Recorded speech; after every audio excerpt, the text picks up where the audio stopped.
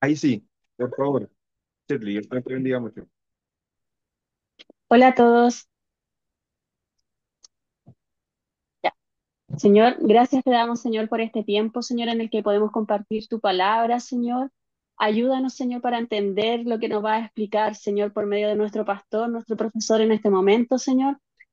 Ayúdanos a compartir, Señor, no solo tu palabra, Señor, sino que también atesorarla en nuestros corazones, Padre amado. Te lo pedimos, Señor, en el nombre de Jesús. Amén. Amén. ¿Cómo están todos? ¿Alguien quiere hacer algún comentario antes de iniciar? Chile, dedito para arriba. ¿Todo bien? Han sido días extenuantes, días tranquilos, días complejos. Ahí María Esther, un dedito para arriba también, ha estado bien, parece. La semana, cansador, sí, la semana pasada, María Esther, tu hija ya se tituló, ¿no? La Camila. Ayer se tituló el Benja, así que son fin de año, es agotadora fin de año. Por ahí Edith nos dice que han sido días complejos, eh, cada uno con sus situaciones, circunstancias. Esperamos en el Señor poder terminar el buen año y poder vivir un poco esto de lo que el Espíritu Santo hizo en la iglesia y que también hace en nuestras vidas. Así que qué interesante es poder aprender y poder ir aplicando todos estos conocimientos en nuestra vida práctica. ¿Los demás, bien? Por acá súper, contenta. Qué bueno, Rosario, que estés contenta. Nos alegra mucho. Por acá todos bien, excelente. Qué bueno. Bien, Eh, ¿alguien Estamos más? con rotavirus. ¿Están con rotavirus? Estamos con rotavirus aquí encerrados en la casa Chuta, para que rote el virus. chuta. Qué malo, qué malo. Esperemos que se recuperen pronto. Ya, vamos a iniciar entonces, agradecidos del Señor por este tiempo. Estamos en una etapa de estudio en donde vamos a ver, me gustaría que partiéramos analizando dos versos bíblicos que tienen relación con la conversión de Pablo. Terminamos la semana pasada hablando de Pablo. Hoy en nuestra quinta clase se nos están terminando los estudios por este año, se está terminando este curso también, nos quedan solo un par de clases para poder terminar. Eh, Terminamos con la conversión de Pablo, Saulo, también conocido como Pablo o Saulo.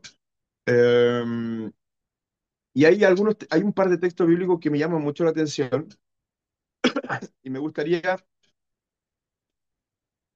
que lo conversáramos un poco antes de iniciar con lo que fue sucediendo con Pedro, con algunas sanidades, algunas conversiones que también marcan una pauta, algunas visiones que marcan una pauta importante de lo que sería la nueva iglesia. Aquí se produce un punto de inflexión. En la conversión de Pablo, bueno, tenemos que entender que el escritor del libro de los Hechos no no va escribiendo en la medida que van sucediendo las cosas. Ya cuando él escribe, conoce el panorama completo. Este Lucas eh, participa en esta nueva iglesia junto a Pablo, junto al resto de los hermanos, por lo tanto tiene el panorama completo. Y entiende y analiza y escribe en este capítulo 9 la conversión de Pablo. Y aquí nace una nueva iglesia. La muerte de Esteban marca una pauta, aparece Pablo y la conversión de Pablo nos marca una nueva iglesia que están haciendo y que no solo está limitada a lo que está ocurriendo en Israel, en Jerusalén, en sus alrededores, sino también en esa extensión de lo que había escrito en el capítulo 1, versículo 8, que el evangelio se extendería no solo en Judea, en Samaria, sino a lo último de la tierra. Entonces, estamos en esta etapa donde se produce un cambio súper importante, pero qué importante también es lo que pasó en este llamamiento de Pablo, en que Ananías, un siervo del Señor, un profeta, está tranquilamente en su casa y se le aparece el ángel del Señor, ¿no? Y la palabra de Dios le dice que tiene que ir a ver a Pablo. Y él, bueno, nosotros vimos la clase pasada, pero no vimos en gran detalle. Ananías le dice al Señor, pero yo conozco a Pablo y sé que es un tipo, es un asesino que anda buscando a los creyentes. ¿Cómo voy a ir yo a verlo? Con mi vida corre peligro, ¿no?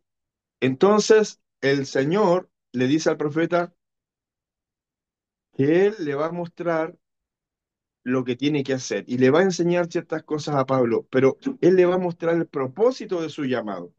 No solo es una cuestión de venir al Evangelio, convertirse al Señor, ser parte de una iglesia y ya está, sino que el profeta le va a enseñar a Pablo cuál es el propósito de su llamado, le va a mostrar a Pablo cuál es el propósito de su llamado. Y qué importante esta revelación de parte de Dios al profeta y del profeta hacia hacia la visita, digamos, a la casa donde se encuentra Pablo.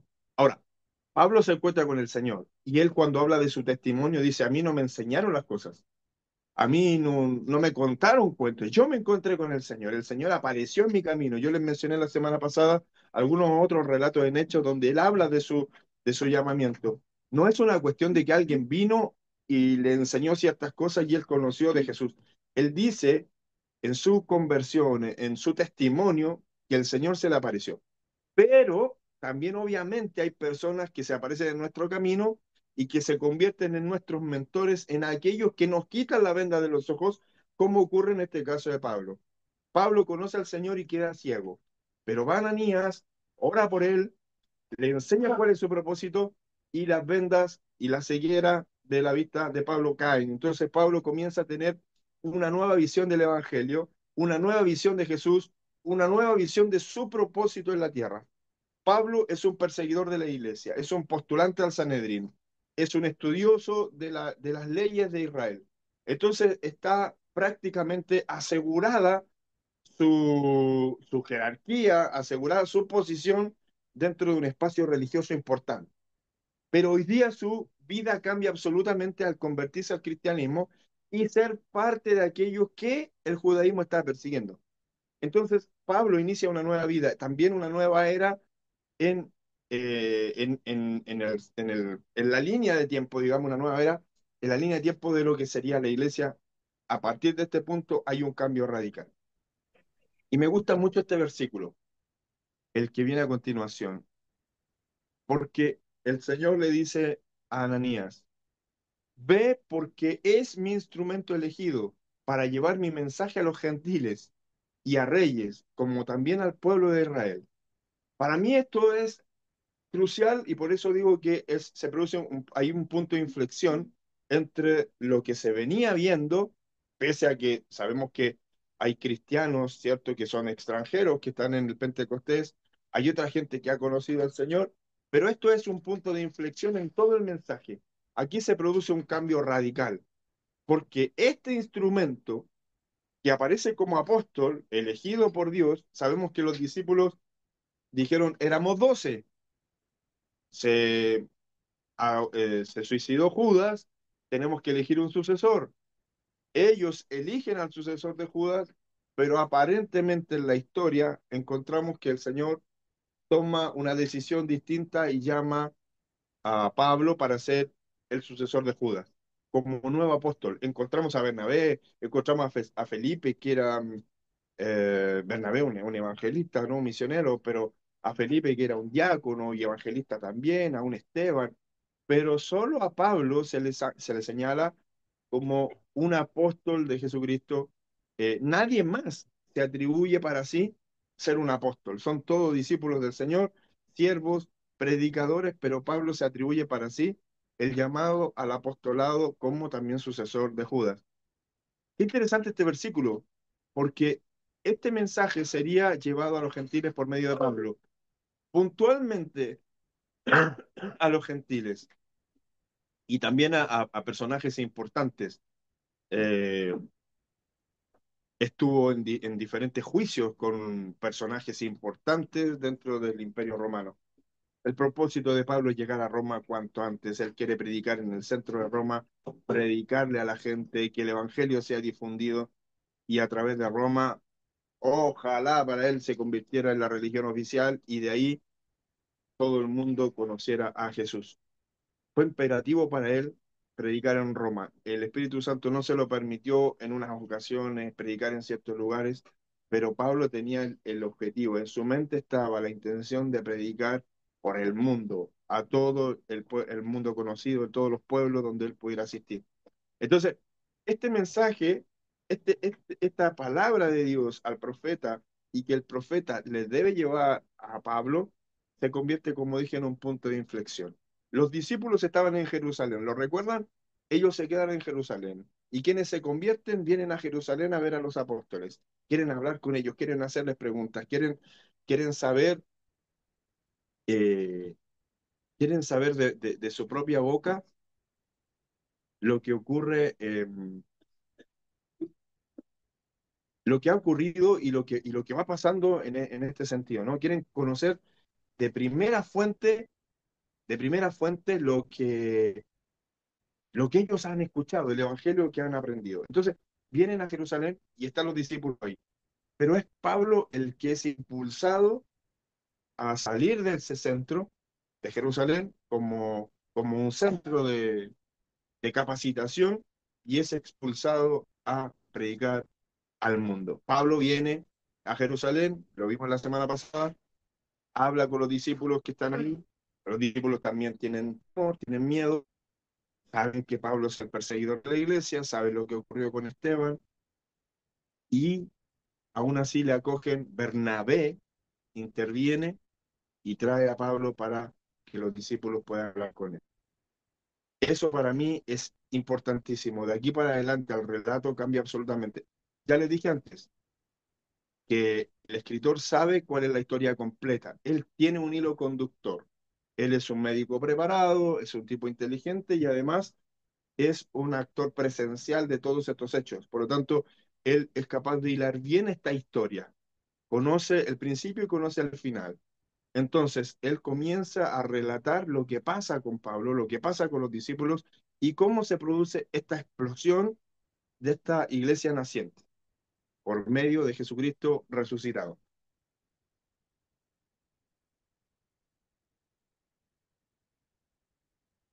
Bueno, no es, no es extraño, ¿cierto?, que los discípulos hayan tenido miedo.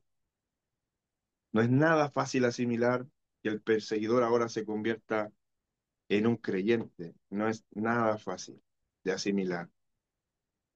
Am,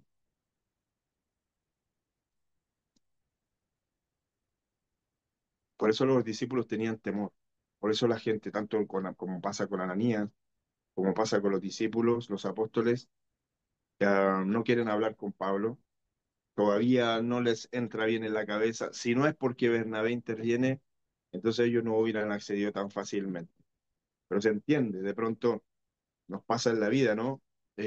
Saber que hay alguien que es de una característica, que lo conocemos haciendo daño, haciendo el mal, y nosotros decimos que raro es, que difícil es poder creer que estas personas puedan ser parte de nuestras comunidades y que además puedan ser parte de algún propósito dentro del equipo de liderazgo o del equipo de servicio dentro de la iglesia. Es muy extraño abrir las puertas de inmediato. Uno tiende a dudar. No es fácil de asimilar que una persona que ha sido delincuente, que ha robado, pueda recoger la ofrenda en la iglesia, por poner un ejemplo, o que alguien que ha cometido tantos errores tan graves hoy día sea una persona de confianza para poder trabajar dentro de la iglesia. No es fácil de asimilar.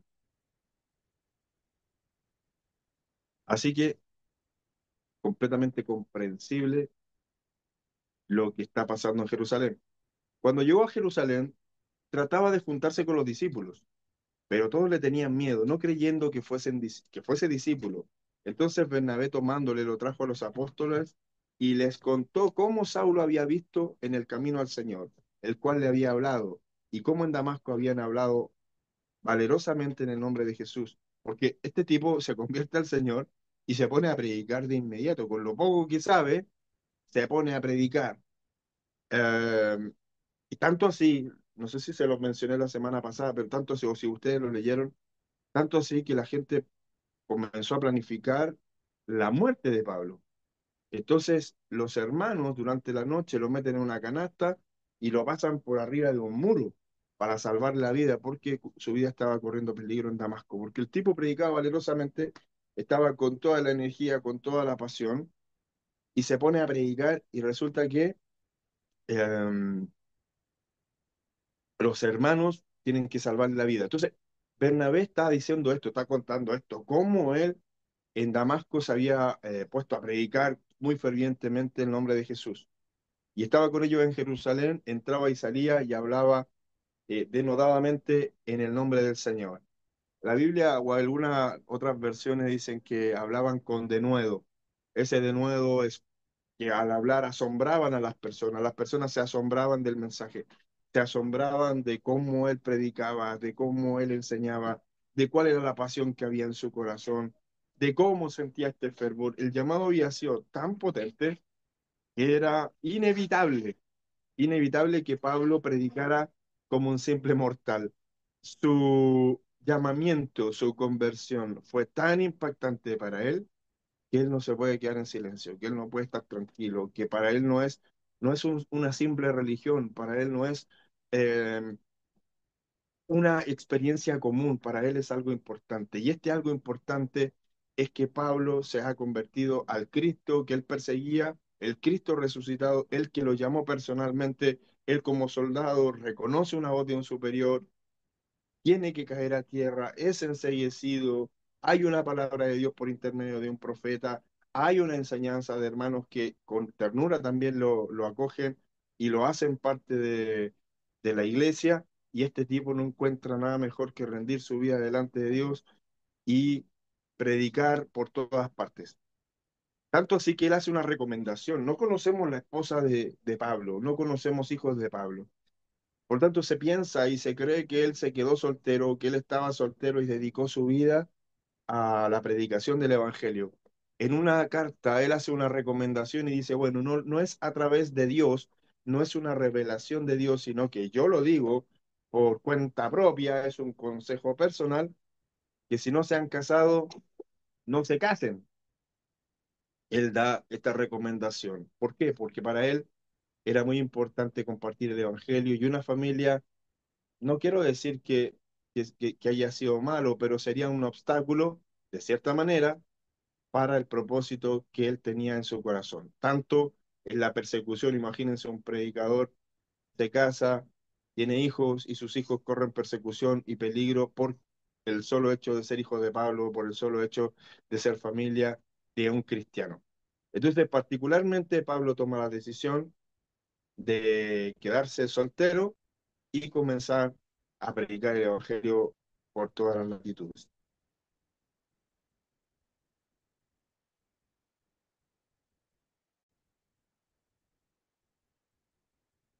Después de que ocurre esto, hay un paréntesis en la historia, porque un gran porcentaje del libro se trata de Pablo y de los viajes misioneros. Pero si no está hasta el capítulo 9, se muestra cómo la iglesia se organizó, cómo habían hermanos que cometían errores, cómo habían hermanos que entregaban sus bienes al servicio del Señor, cómo se organizaban las mesas, la distribución de los alimentos, cómo se seguía predicando el Evangelio, cómo moría Esteban, cómo eran tratados los hermanos, etcétera. Luego de la conversión de Pablo, aparece todo esto que hemos hablado, ¿cierto? Todas estas experiencias con los apóstoles, reconociendo a Pablo como cristiano y como nuevo apóstol. Pero hay un paréntesis. Hay un paréntesis antes de que Pablo comience a ser el gran predicador que todos conocemos y que se difunda el Evangelio a través de los viajes misioneros. Está la conversión de Pablo. Pablo se va a predicar, o sea, se va a estudiar. Pablo tiene que aprender. Pablo tiene que instruirse.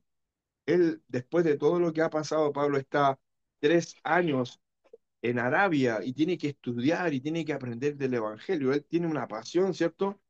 Lo mandaron al Instituto Bíblico a predicar, a estudiar, porque lo que predicaba era una bonita experiencia, pero tenía que ordenar también sus ideas.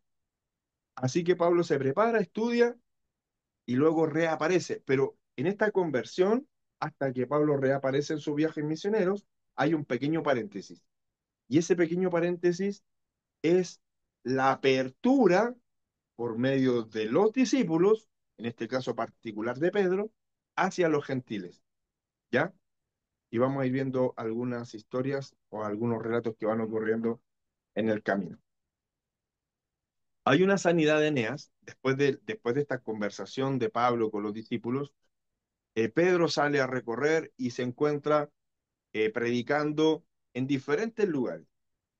Y de pronto está en Lida, está predicando en Lida y se encuentra con un hombre que lleva 8 años enfermo, está paralítico. Y la gente lo reconoce como un paralítico. Y, y este personaje, me imagino que como todos, también pedía limosna o en efecto era conocido por su condición. Dentro de los relatos hay personas, hay judíos, hay libros que hablan de cómo era considerada esta ciudad.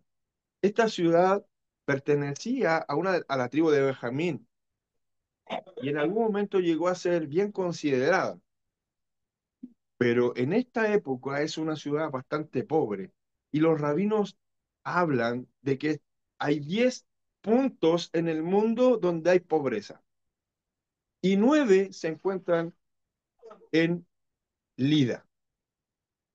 Ahí me aparece como Linda, pero es Lida. Y uno está en el resto del mundo. Entonces considerada muy pobre. Si hay 10 puntos en el mundo donde hay mucha pobreza y 9 están en Lida, quiere decir que hay mucha pobreza. Fue destruida por la invasión romana y reedificada en el año 130 después de Cristo. ¿Ya? Como todas las ciudades de Jerusalén, esta fue una ciudad que se incendió mientras sus miembros mientras los habitantes estaban en la fiesta de los tabernáculos en Jerusalén. En ese momento fue incendiada y luego fue reedificada en el año 130 después de Cristo. El relato nos dice que una vez que este hombre fue sanado, como en otros casos también lo hemos recalcado, un gran número de personas se convirtieron al Evangelio. Eh, Cada vez que hay una sanidad, cada vez que hay un hecho que es llamativo, hay gente que se acerca al cristianismo. Nos pasó con el ciego, perdón, con el cojo que estaba en el templo de la Hermosa. También en este caso, este paralítico que es sanado provoca en su entorno que mucha gente se convierta en el Evangelio. Es posible que esta ciudad haya sido alcanzada por el evangelista Felipe, ya que se encuentra ubicada en el trayecto del encuentro con el etíope. Ya mientras Felipe predicaba, es probable que él haya pasado por esta ciudad y que haya llegado el evangelio hasta allí. Se desconoce cómo llegó el Evangelio, pero al menos esa es una presunción de cómo pudo haber llegado a través de Felipe por, por lo que les menciono, porque está de paso en el camino mientras la ciudad de Azoto, donde se encuentra Felipe hablando con el etíope, está de camino para llegar nuevamente a Jerusalén. Así que, por lo tanto, se presume que esta ciudad fue alcanzada por el Evangelio por medio de Felipe. Hay otro milagro que también es bastante curioso y que el escritor lo pone en el libro de los Hechos, y es la resurrección de Dorcas. En estos días hemos estado hablando por qué a las mujeres de la iglesia se le llama Dorcas, las iglesias pentecostales. Eh, la verdad es que es curioso lo que aparece en este relato. Tenemos dos nombres, porque aparece, aparece Tabita en su nombre arameo, y Dorcas en su nombre griego. Aparentemente nos quiere decir el relato que esta mujer también era judío helénica, ¿no? Que era cristiana helénica, que no era ni 100% judía ni era extranjera, por lo tanto tenía como la calidad de tantos otros cristianos que eran judíos helénicos. Entonces, esta mujer era reconocida por su generosidad. Entonces, quiero aclarar que Dorcas y Tabita significan exactamente lo mismo, solamente que hay una traducción en nombre. Y su nombre significa Gacela, o sea, no tiene ninguna relación con lo que ella hace o con las Dorcas que encontramos en la iglesia. De pronto, desde aquí nace esta palabra Dorcas para señalar a las hermanas de la iglesia por algunas habilidades y características que tenía esta persona, esta creyente. También me parece igual un poco limitada la visión. Si se le pone Dorcas a las mujeres de la iglesia por estas características, también me parece un poco limitada la visión de llamarle así por las características de esta mujer. Era reconocida por su devoción, claramente, era una mujer fiel al Señor, pero también por su generosidad. Ah, las hermanas, las viudas, lamentan, lamentan la situación en la que se encuentra Dorcas porque muestran al apóstol cuando él llega a orar por ella, le muestran las vestimentas que ella les regaló, que les hizo. Entonces, por eso digo que a veces es muy limitada la visión de las Dorcas de la iglesia, porque si es por alguien que hace costuras, o si es porque las personas son generosas, ¿cómo? Era muy bacán, dices tú, era muy costurera, ya. Encuentro que la Jessie me está hablando acá, que era muy limitado si solamente tiene relación con las costuras, pero sí tiene que ver con la generosidad, sí tiene que ver con que es una mujer querida por el pueblo y es reconocida por el resto de la comunidad cristiana. Algunos cristianos se enteraron de que Pedro andaba cerca y fueron a buscarlo para que viniera a interceder por esta buena mujer. Querían que orara por Dorcas, querían que orara por Tabita, que hiciera algo por ella porque le querían mucho, le admiraban por su trabajo. Eh, la gente con características generosas son destacadas en el libro de los Hechos. Vimos lo que pasó con Bernabé versus lo que pasa con Ananías y Zafira. Hablamos de esta mujer de Dorcas, que es una mujer devota y que es generosa y que es reconocida por su generosidad. Después vamos a ver otro caso que también se recalca la generosidad. Aparentemente no es una cualidad, no es una cualidad que quiera rescatarse como algo relevante para la salvación, pero aparentemente el libro de los Hechos está interesado en un momento de mucha complejidad, de persecución, está resaltando que la generosidad es parte importante y una característica importante de los cristianos. Es una característica importante de los hombres y mujeres de Dios. Entonces está reconociendo que esta mujer es devota, pero también es muy generosa. El relato nos dice que una vez que esta mujer murió, finalmente se le hace su ritual del lavado, ¿no? Las hermanas preparan su cuerpo y lo ponen en una sala. Lo curioso es que cuando fallecen las personas de acuerdo al ritual, deben ser sepultadas el mismo día. Al parecer, al parecer, a pesar de que Tabita había muerto, tenían la esperanza de que al llegar Pedro algo pudiera suceder. Las hermanas hacen el ritual, pero no sepultan a Tabita, sino que la ponen en una sala hasta la llegada de Pedro. Y el relato nos dice que una vez que esta mujer fue resucitada, un gran número de personas se convirtieron al Evangelio. Dice el relato bíblico que Pedro entra a la sala, pide a las personas que salgan de allí y ora por Tabita, le toma la mano y aquí está lo curioso y lo maravilloso, porque el relato es muy escueto o finalmente las palabras de los discípulos de Jesús son muy precisas. No se habla de que Pedro hiciera un tremendo escándalo, te ordeno que te levantes, ato a la muerte y te reprendo, no sé qué cosa. Pedro le dice que se reincorpore. Pedro le dice que se levante. Pedro le está diciendo a la mujer que se reincorpore y que vuelva a la vida, nada más. No dice el relato que Pedro haya hecho un tremendo show, un tremendo espectáculo para que se produjera la sanidad a grito pelado y que los hermanos de allá en la otra cuadra escucharon la intercesión de Pedro. No digo que esté bien o esté mal, digo que el relato al menos bastante escueto. O las palabras de Pedro fueron precisas y nada más. Levántate, toma la mano, la levanta y esta mujer se reincorpora. Eh, Después de este milagro, donde las mujeres, como dije antes, donde las mujeres, las viudas lloraban la muerte de esta querida hermana, se produce una gran alegría, ¿no? Una gran cantidad de conversos, y Pedro se queda un buen tiempo en Jope, en esta ciudad, en la casa de Simón el Curtidor. Y esto también hay que destacarlo. El curtidor es una persona que trabaja con pieles de animales. Los curtidores hacen correas, hacen lazos, hacen hoy día zapatos, hacen chaquetas de cuero. Los curtidores trabajan la piel de animal para hacer utensilios.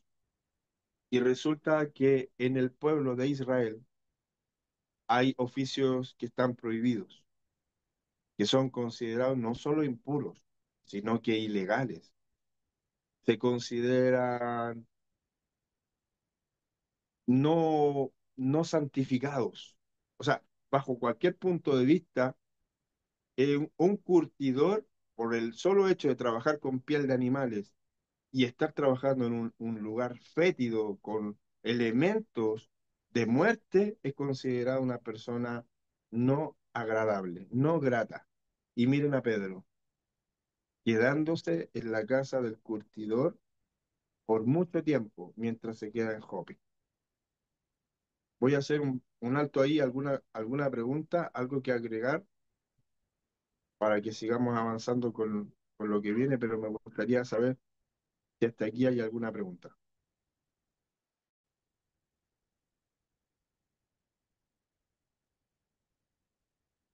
o saber si hay alguien ahí. Estamos, Estamos atentos. ninguna ¿Está pregunta. Rosario? ¿Rosario? Ninguna pregunta, te digo, está clarito. Ya.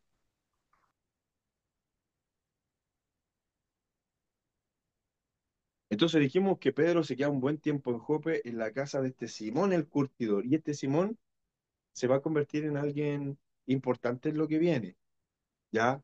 Porque yo no sé si su casa, bueno, al ser un negocio, me imagino que la gente puede reconocer un negocio, como cuando uno dice, oye, allá donde venden hielo, allá en la casa X donde venden verduras. Entonces uno dice, reconoce. Y además hay otra señalación a este tipo, que dice que vive cerca del mar.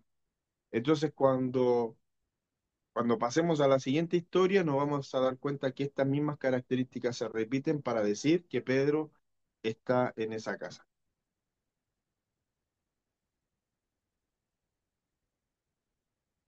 Y esto es de suma importancia, porque mientras Pedro está en la casa de Simón, Cornelio, que es un centurión de la compañía llamada Italia, un centurión es un oficial militar de bajo rango que solo tiene a cargo 100 personas, ¿ya?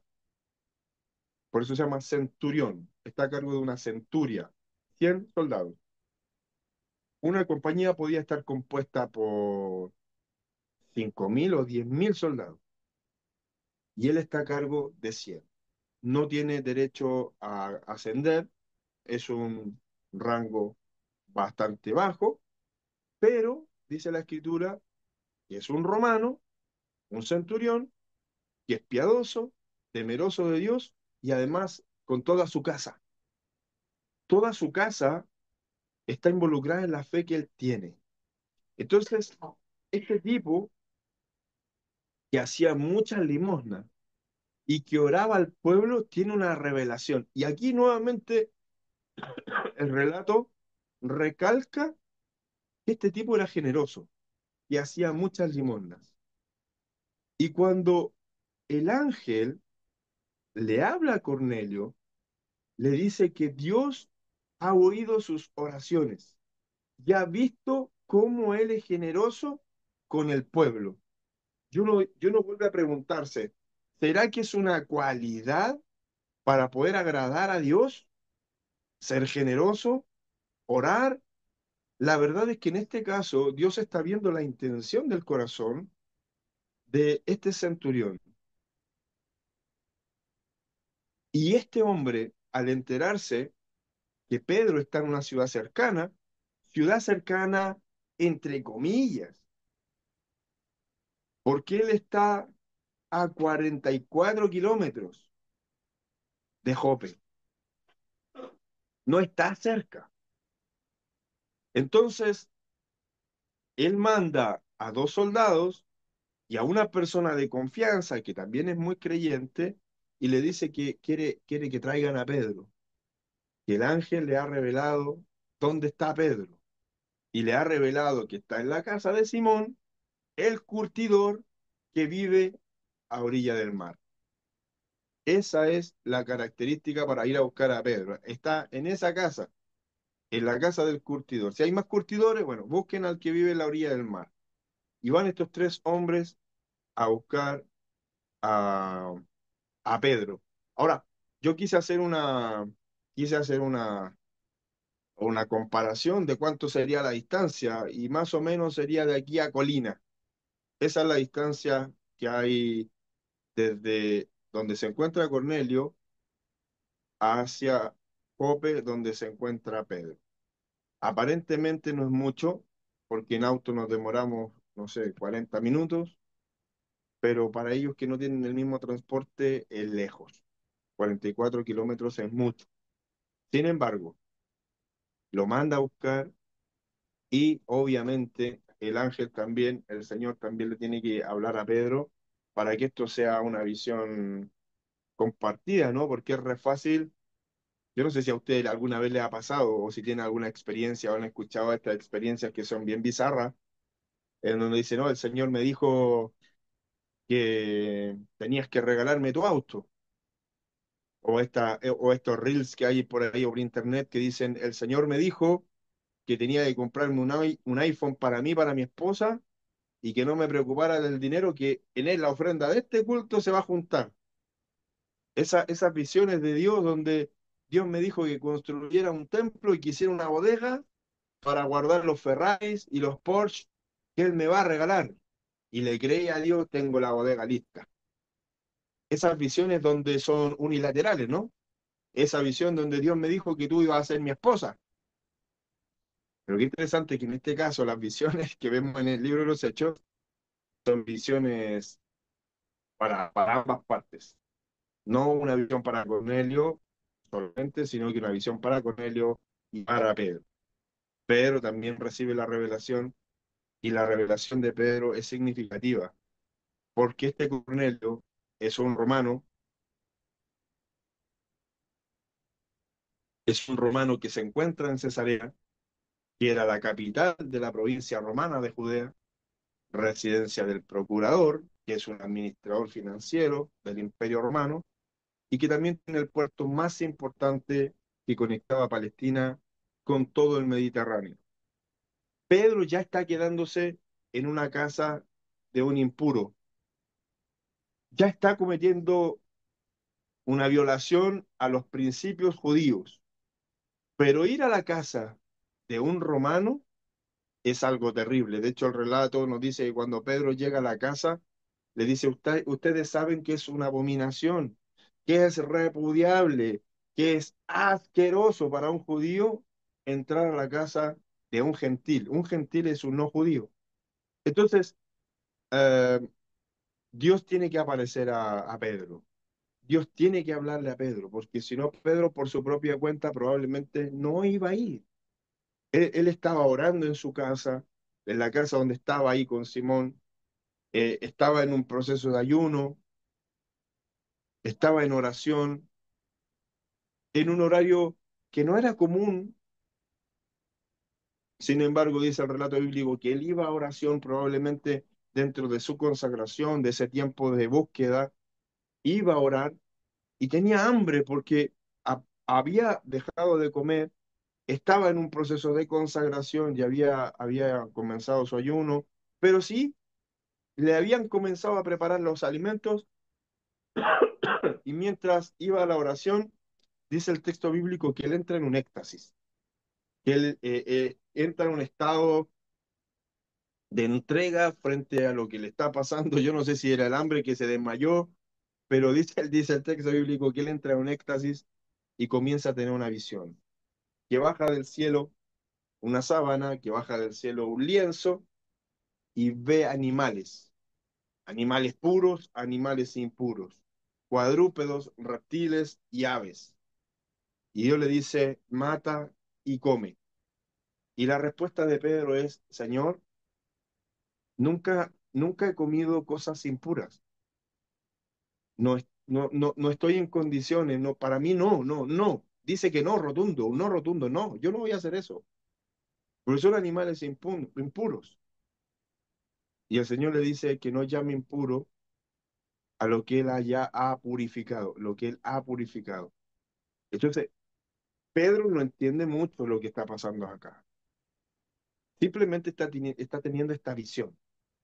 Simplemente él está visualizando estos animales en su proceso de hambre, en su búsqueda constante de Dios, estos animales prohibidos.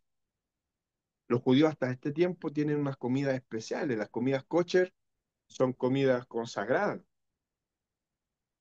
Si alguna vez tienen la oportunidad de ir a un jumbo y ver las etiquetas, atrás hay muchos alimentos que dicen kosher.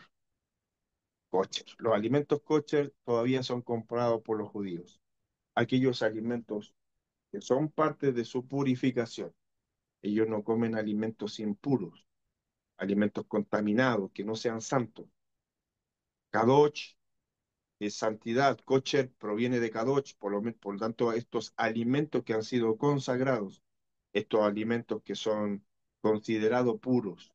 Entonces, hasta el día de hoy ellos mantienen esta tradición de comer de manera no solo saludable, sino que alimentos que se consideran puros. No como nosotros, porque comemos tanta chatarra. Pero esta es la situación de Pedro. Se encuentra en una encrucijada, en que Dios le está pidiendo algo que para él es incorrecto, que la tradición judía le ha prohibido por años, que no corresponde que él haga, no corresponde que él se alimente con esta clase de alimentos. Pero, pero lo que no sabe Pedro es que esta visión es la antesala de lo que el Señor comenzaría a hacer en el mundo no judío. Tanto el pueblo hebreo como los gentiles compartirían de los mismos privilegios y dones que ofrece el Evangelio. Lo que Pedro no sabía es que esta visión tenía que ver con eso, que no solo tenía que ver con la alimentación, que no solo tenía que ver con su situación, con su dieta alimenticia, sino que tenía que ver con el propósito de Dios con el mundo no judío. Y aquí está en esta oración, cuando llegan estas tres personas, que a otros relatos hablan de dos, pero en el fondo son dos personas enviadas más una persona de confianza, son tres personas las que llegan a buscar a Pedro. Y estas tres personas le dicen que Cornelio lo invita a que vaya a su casa y le pide que vaya, pero Pedro ya ha tenido esta visión. Pedro ya ha tenido este llamado a ir a la casa de Cornelio. Y le dice el Señor a Pedro que no se niegue, que debe ir con ellos, que no ponga en duda esta invitación. Entonces, Pedro se ve confrontado con esta visión a lo que viene sucediendo más adelante, esta invitación a la casa de una persona que no es judía. Ya dije que aquellos que no son judíos se consideran personas no gratas, por lo tanto yo no voy a visitar, siendo judío no voy a visitar una casa de un no judío porque es una aberración. Ok, es una impureza. Acabo de tener una visión donde aparece un lienzo con estos animales y recibo una invitación a ir a la casa de un no judío. aquí está la encrucijada. Pero sin embargo, el Señor se anticipa y le dice, Pedro, no te niegues, tienes que ir con ellos. Así que Pedro les acompaña, van camino a Cesarea y llega a la casa de este centurión. Les comienza a predicar el Evangelio. Eh, Comienza a hablar de las cosas que el Señor le ha enseñado. Les comienza a hablar de Jesús. Comienza a predicarles en la casa. Y resulta que en ese momento ellos reciben el Espíritu Santo. ¿Y cuál es la señal? Hasta ahí, ¿cuál es la señal de que las personas reciben el Espíritu Santo? En que hablan en otros idiomas.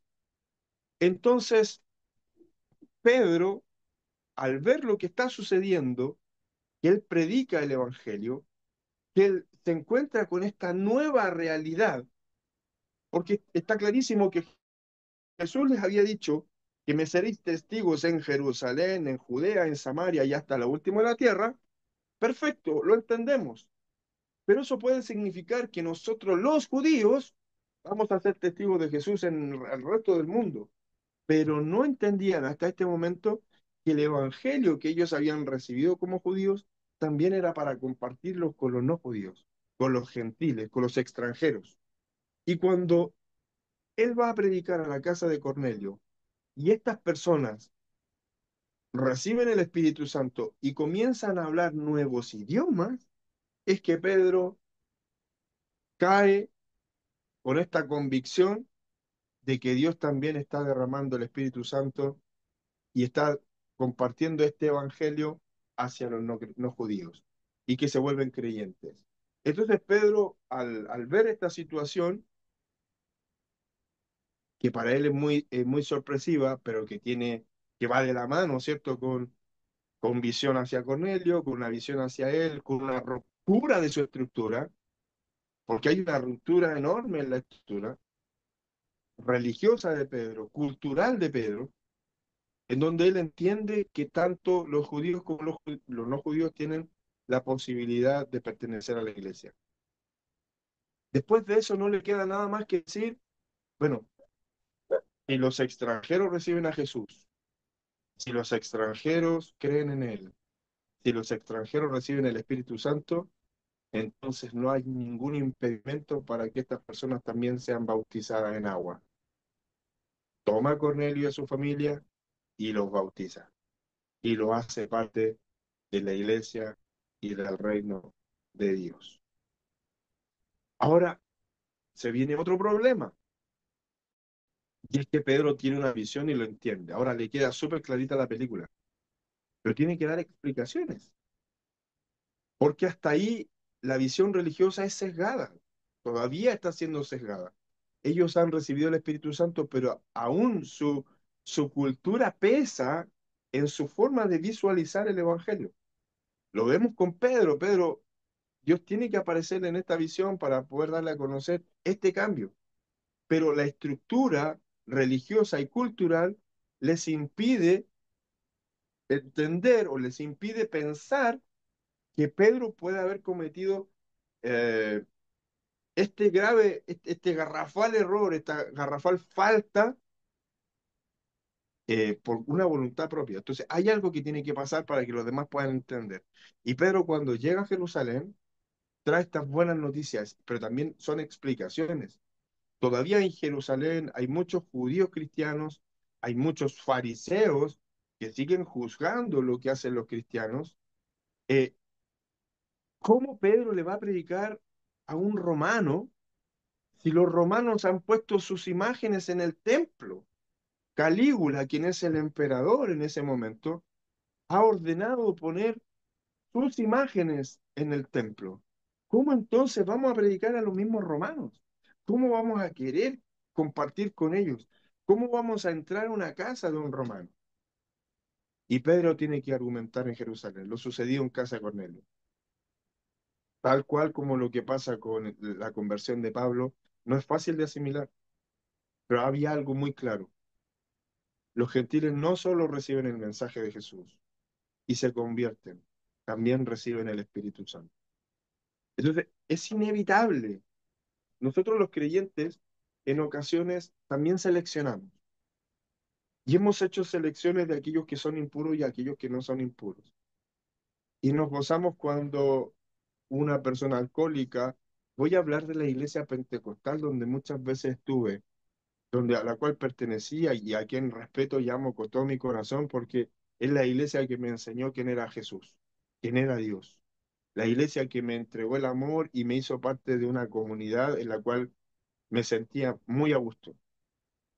Pero nos regocijábamos y nos alegrábamos cuando se convertía un borracho, cuando se convertía una persona que había sido por años adicto a las drogas. Y nos alegrábamos porque el Señor hacía esos prodigios y esos milagros. Pero no permitíamos que personas que tuvieran SIDA o que fueran homosexuales tuvieran alguna participación en nuestras comunidades. Como que de cierta manera, también nuestra estructura religiosa nos impedía ver la salvación para aquellos a quienes nosotros también llamábamos impuros. Porque quisiéramos que algunos fuesen salvos y otros no. Me pasa eso, yo tuve que hacer un trabajo con respecto de la predicación de, de Jonás. Jonás era un predicador y Jonás fue enviado por Dios a predicar a una ciudad y Jonás no quiso ir. De alguna manera se las arregló para ir en dirección contraria. No estaba dispuesto a predicarle a aquellos que tanto daño le habían causado al pueblo de Israel. Estamos Somos predicadores y queremos predicarle a a un solo tipo de personas, a las que nos agradan, aquellas personas que nosotros hemos filtrado como personas dignas de recibir el Evangelio. Y resulta que mi clase o mi trabajo se llamaba No quiero ir a Nínive, no quiero predicarle a aquellas personas que me caen mal, no quiero predicarle a aquellos que me han hecho daño, no quiero predicarle a aquellos que de alguna manera han afectado mi vida, a mi pueblo, a mi nación o a la iglesia. Le pasó a Jonás. Jonás no quería predicar. Sabía que si él predicaba, probablemente Dios iba a tener misericordia y los iba a perdonar. Y en el pensamiento nacionalista de Jonás no cabía la posibilidad de que Dios perdonara a un pueblo tan macabro que juzgaría posteriormente al pueblo de Israel y que daría muerte y asesinaría a muchas personas dentro del pueblo de Israel. Una ciudad macabra que había modernizado ciertas formas de tortura, de asesinato. ¿Cómo ese pueblo tan violento iba a recibir el mensaje misericordioso y perdón de Dios? El mensaje de Jonás no es para nada alentador. Jonás dice que Nínive sería destruida. No es un mensaje de esperanza. No dice vuelvan a Dios porque Dios tiene los brazos abiertos para recibirlos y el corazón dispuesto para perdonarlo. No, dentro de 40 días Nínive será destruida. Ese es el mensaje de Jonás. Y ojalá que no me escuchen, ojalá que no me entiendan y ojalá que se enojen con mi mensaje y no acepten el mensaje. Sin embargo, el pueblo se arrepintió, ayunaron hasta los animales y Dios los perdonó. En el caso de muchos judíos, en el caso de muchos cristianos, está el deseo y la voluntad de que solo algunos sean salvos. Aquellos que tanto mal le han hecho al mundo no deberían merecer el perdón de Dios, sino que el juicio y castigo eterno. Si pensamos en la política, podríamos decir que la gente de izquierda no quisiera que Dios perdonara a ninguno de los soldados o generales que participó en la dictadura. Si somos de derecha, no querríamos que nadie de estos comunistas sea salvo porque no creen en Dios y porque no merecen el perdón de Dios. Si somos judíos, no quisiéramos que los palestinos sean salvos. Si fuéramos palestinos, no querríamos que los judíos sean salvos. De alguna manera, cada situación o cada lugar en que nos encontremos, cuál haya sido nuestro adoctrinamiento cultural o nuestro aprendizaje en nuestra cultura, nos impide ver la salvación en personas que nosotros despreciamos. Quisiéramos que no fuera así. Quisiéramos que Dios le entregara el castigo que se merece. y nosotros, el pueblo de Dios, ser salvos, porque de alguna manera hemos sido generosos, hemos sido piadosos, hemos sido fieles, hemos ido a la iglesia, hemos entregado nuestras ofrendas. De alguna manera nosotros hemos cumplido con lo que Dios nos ha ordenado y nos ha instruido. Este es el puntapié inicial de lo que pasaría posteriormente. El primer caso connotado, el primer caso rimbombante que llama la atención no solo de Pedro, que no solo tiene estos fuegos artificiales de visiones y revelaciones, sino que también se convierte en un punto de inflexión frente a lo que también los judíos creen en Israel, lo que creen en Jerusalén. Y Pedro, siendo un tipo conservador, a pesar de que no era un gran religioso cuando se encuentra con Jesús, pero sí aprende el judaísmo para poder entender el cristianismo. Jesús camina por el camino del judaísmo y les enseña lo que sus tradiciones y sus leyes dicen. Y este conservador Pedro se enfrenta a esta nueva visión, a esta nueva revelación, de que hay personas que no merecían de acuerdo a nuestras tradiciones, pero que hoy día son alcanzadas por el Evangelio tanto como lo fuimos nosotros. Es una revelación importantísima porque Pablo se convierte, ocurre esto con Pedro, que es uno de los líderes naturales dentro del grupo de los apóstoles, es un líder natural. Jacobo es un líder de la iglesia, Jacobo es un líder que administra los recursos de la iglesia, administra la enseñanza en la iglesia en Jerusalén, pero Pedro sigue siendo el gran influencer, iba a decir, el predicador influyente, el apóstol influyente, por su carácter, por lo que vio, porque hay que señalar también que muchas veces tres personas andaban con Jesús y una de ellas era Pedro. Pedro, Juan y Jacobo, tres personas que acompañaban a Jesús constantemente. Y Pedro presenció muchos de los milagros, muchas de las enseñanzas, la gran mayoría de las cosas en la interna la vivió Pedro. Entonces, Pedro sigue siendo un tipo influyente. Que le haya ocurrido a Pedro esto es significativo, porque Pedro sería quien de alguna manera le diría al resto de la iglesia que esto está autorizado por Dios. De alguna manera, Pedro y las palabras de Pedro calarían en el resto de los hermanos para decir, sabe que esto es real.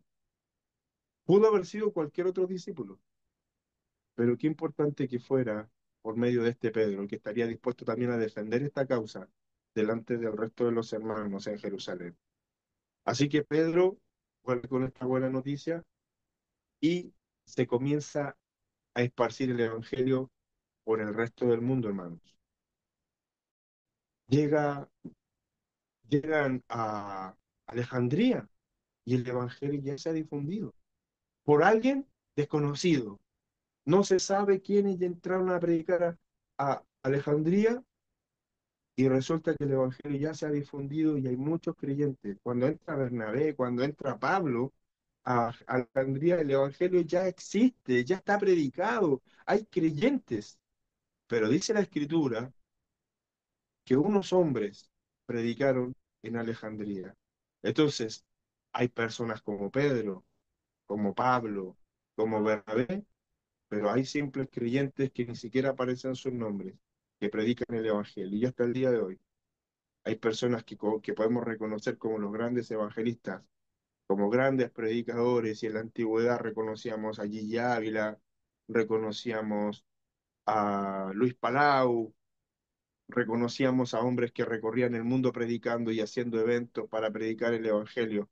Hoy día, no sé qué gran predicador tengamos que ande por ahí predicando por las calles a nivel internacional, aunque debo decirles que me llena de pasión saber que hay grupos de jóvenes que están levantando las campañas evangelísticas, eh, y bautizando carpas de avivamiento le llaman, y andan bautizando a la gente se hizo en Calama, se pretende hacer luego en Santiago, en el Parque O'Higgins, a la antigua, predicando el Evangelio, que haya nuevos conversos, que haya milagros, que hayan sanidades, que haya presencia de Dios.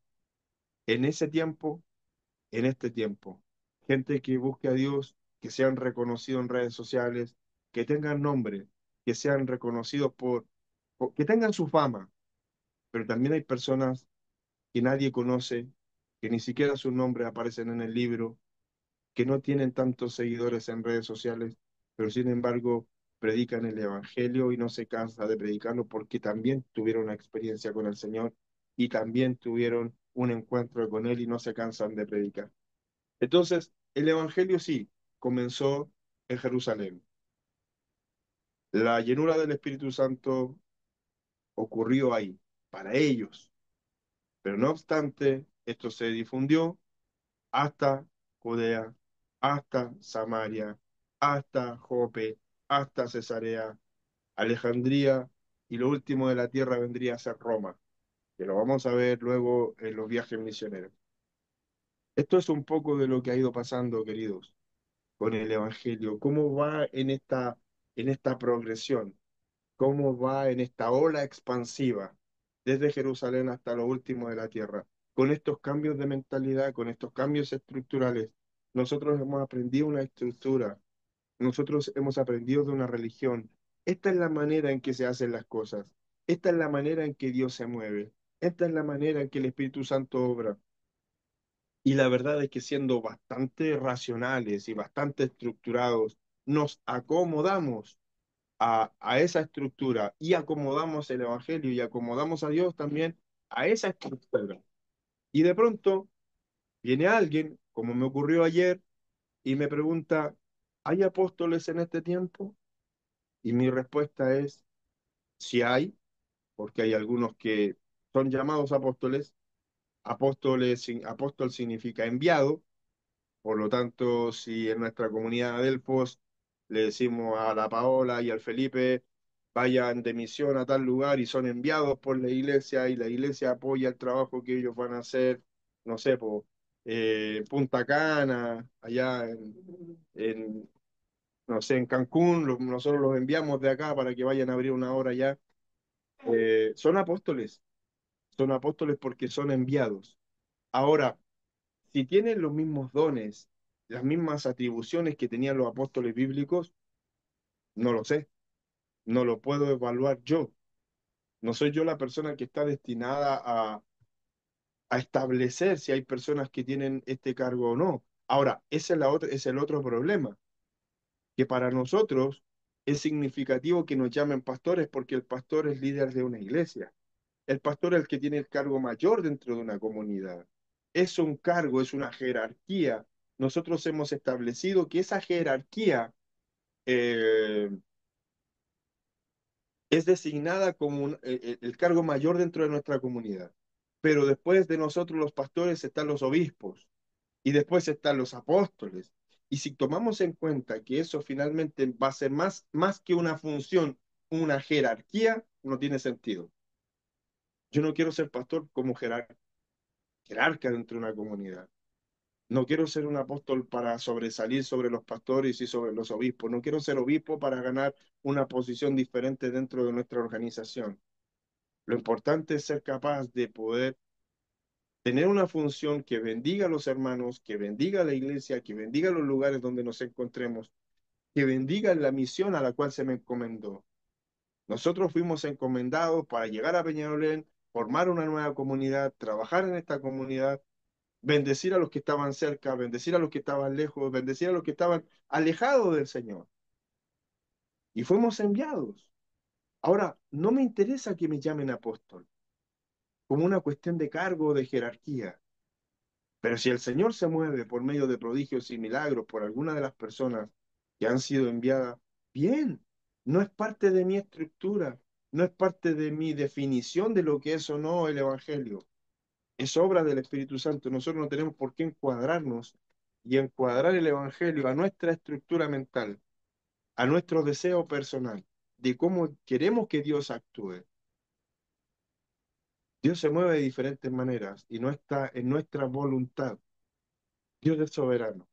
Yo no sé si algún día les comenté, pero existe una doctrina que habla de la soberanía de Dios. Los calvinistas dicen que Dios nos elige antes de nacer si vamos a ser salvos o no. Y esa es su soberanía. Pero ¿por qué tenemos que nosotros limitar su soberanía y decir que Dios nos ha escogido antes de nacer si somos salvos o no? Por lo tanto, yo si no, si Dios no me eligió, si no soy predestinado, por más que me prediquen, jamás me voy a convertir porque Dios me predestinó ya a perdición. Porque eso es la definición teológica de lo que Dios hace con la predestinación. Pero resulta que el principio anterior decía que Dios era soberano, pero resulta que dentro de la soberanía nosotros como seres humanos hemos encuadrado cómo es el plan de salvación. Entonces, si nosotros decimos que Dios es soberano y que el Espíritu Santo actúa de maneras diferentes y es sobrenatural, ¿quiénes somos nosotros para limitar el obrar de Dios y del Espíritu Santo? Es Él el que define cómo actuar, es Él el que define en qué momento, de qué manera, con qué personas, en qué grupo realizar un milagro o no. Es Él el que tiene su autoridad, es Él el que tiene el propósito. Ahora, en todos los casos que hemos visto, en todos los casos en que se produjeron milagros, en que las personas tuvieron visiones, en que las oraciones fueron escuchadas, en que los apóstoles fueron enviados, hay una consagración. Todos están orando, todos están en una búsqueda incesante de Dios. Cuando cae el Espíritu Santo y están los 120, ellos no están chateando, ellos no están comiendo, no están haciendo fiesta, ellos están en una búsqueda constante de Dios. En todos los casos que nosotros acabamos de hablar, en los que hoy día vimos en la sanidad, en la conversión, en la resurrección, hay gente que está en búsqueda de Dios. Entonces, cuando Pedro recibe la revelación y la visita de estos hombres, está en un momento de búsqueda de Dios. A veces nosotros esperamos que la iglesia elabore planes de búsqueda, la campaña de ayuno, la campaña de oración, la campaña de búsqueda, la, ¿cómo le llamamos? Claro, la cadena de oración. Hermanos, es una búsqueda personal, es una búsqueda en la que por más que la iglesia levante campañas, si usted lo hace solo por cumplir, en verdad no va a tener un propósito, no va a tener un sentido. Nuestra búsqueda debe ser constante. Estamos súper ocupados trabajando, estamos súper ocupados con nuestras labores domésticas, estamos súper ocupados con nuestros estudios. Hermanos, en estos tiempos estamos súper ocupados en todo.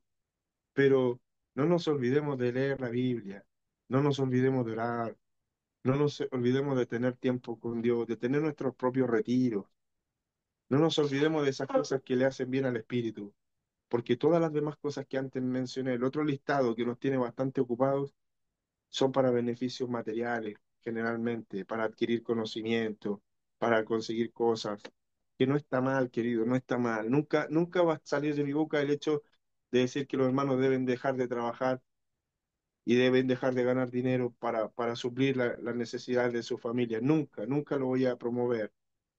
Pero sí dentro de la búsqueda, seamos equilibrados. Busquemos tener un mejor pasar en esta vida, pero también busquemos tener una mejor relación con el Señor. Y podemos decir, sí, sí, yo cuando voy en camino para el trabajo, le digo a Dios, Señor, en tus manos me encomiendo, bendíceme en este día, sí, está bien, hermano, está bien. Pero una consagración no son solamente oraciones express, también tiene que ver con una búsqueda intensa, incesante, incansable del Señor.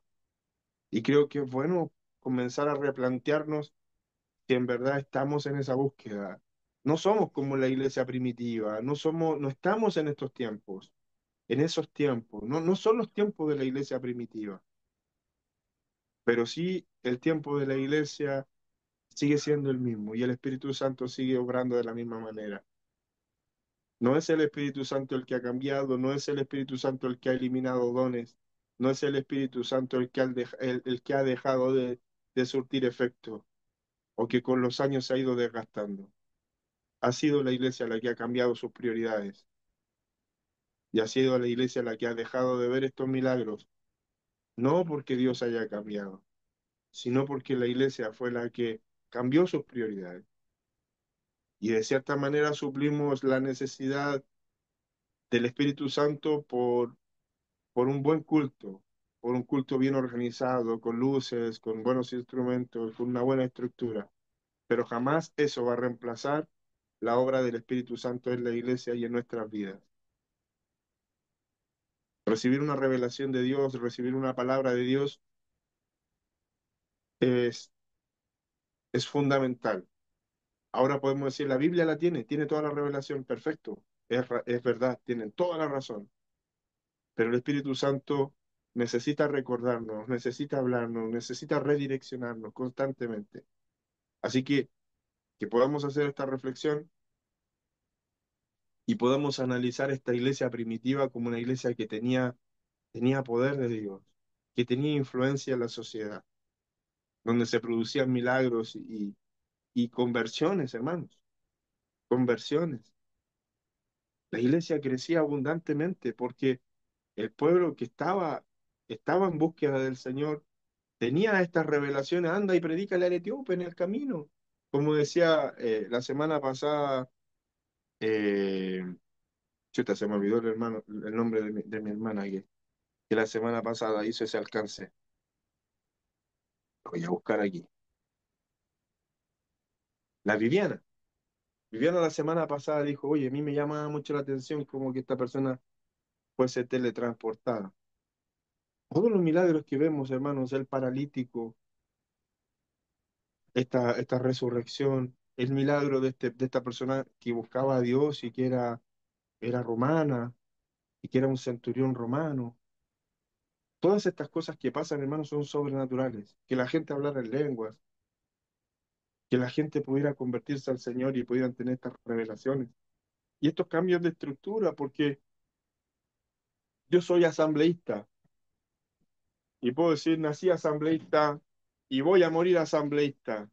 Y esta es mi estructura y así me formé y así voy a morir. Pedro pudo haber dicho eso, hermanos, pero vino el Señor a cambiarle su estructura. Entonces, si estamos conectados, si estamos en esta búsqueda, hasta aquello que tenemos más arraigado puede ser transformado por la presencia del Señor y por su Espíritu Santo. Así que ese es mi argumento. Veo que Pedro tuvo que argumentar. Mi argumento el día de hoy es que he aprendido hartas cosas teóricas, pero que sin la práctica del Espíritu Santo, de verdad que solamente se convierten en tinta y papel.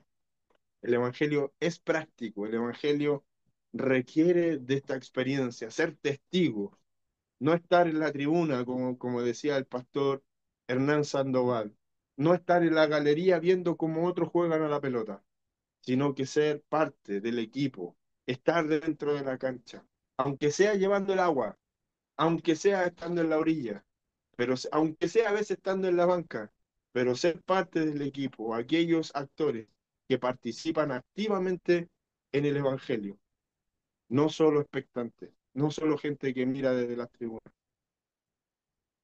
Que el Señor les bendiga mucho, mis hermanos. El Evangelio no se terminó de escribir, el libro de los Hechos no se ha terminado de escribir. Así que es importante que sigamos y permanezcamos en nuestra fe, permanezcamos en la búsqueda del Espíritu Santo y en la búsqueda de este conocimiento. Yo cuando estudiaba, hermano, pensaba lo siguiente, que el Espíritu Santo es aquel que revela la Escritura. Mientras más la entendamos, nos permitirá tener también una mejor relación con el Señor.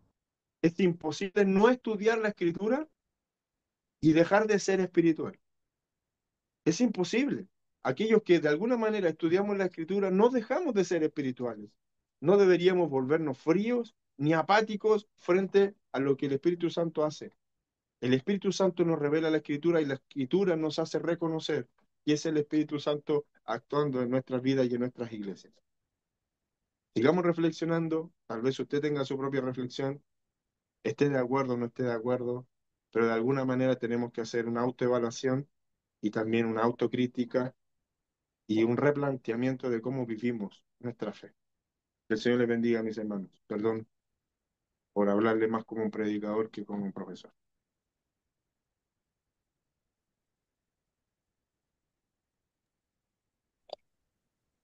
¿Puedo decir algo? Por supuesto, siempre. Que lo hemos dicho otras veces, me hace eco.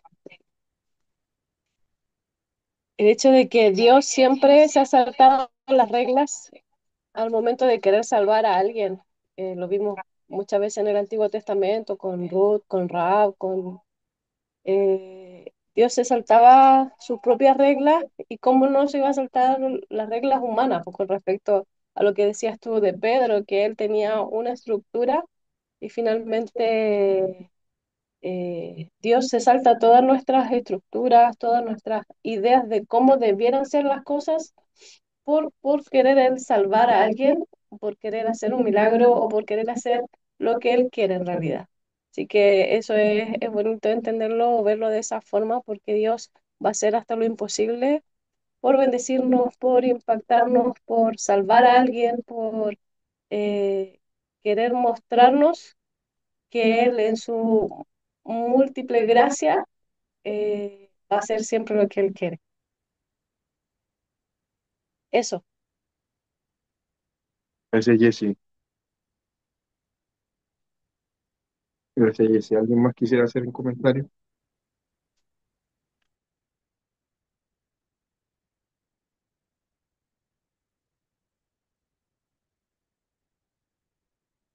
Pues estamos por hoy.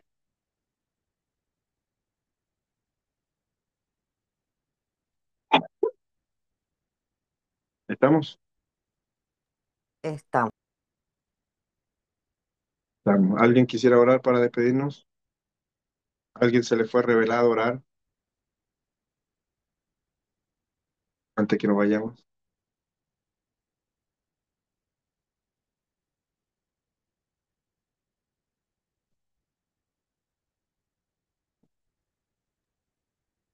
Yo, Señor, te damos muchas gracias por tu palabra en esta hora, Señor. Gracias por todo lo que tú nos enseñas a través de ella, mi Señor. Quisiera pedirte en esta hora que todo lo que hemos aprendido, Señor, más que nada pueda ser práctico en nuestras vidas, Señor.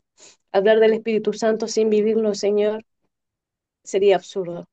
Te pedimos, Señor, de que tu Espíritu Santo pueda removernos, pueda transformar nuestras mentes, nuestros corazones, encienda esa llama, Señor, que hay en nuestras vidas, Señor, y que podamos bendecir a otros a través de nuestras propias vidas, Señor, por medio de tu Espíritu Santo. Bendícenos, Padre, necesitamos tu mover, tu actuar en este tiempo, Señor, necesitamos que tu Espíritu nos guíe, que tu Espíritu nos llene, que tu Espíritu Santo, Señor, siga haciendo milagros, siga transformando vidas, siga haciendo todo lo que hemos podido aprender y estudiar. Gracias te damos por este tiempo, bendice a nuestro pastor, bendice a los alumnos, Señor, permítenos, Señor, poder seguir aprendiendo de ti, no tanto de la misma forma que aprendemos intelectualmente, también en la práctica, Señor. Gracias te damos por todo en el nombre de Jesús. Amén. Amén. Amén. Muchas gracias, hermanos, por su Amén. conexión. Gracias por bendecirnos. Que tengan un lindo fin de semana. Hasta la próxima semana, si Dios Igualmente. permite. Buenas noches. Buenas Bendiciones. noches. Buenas noches.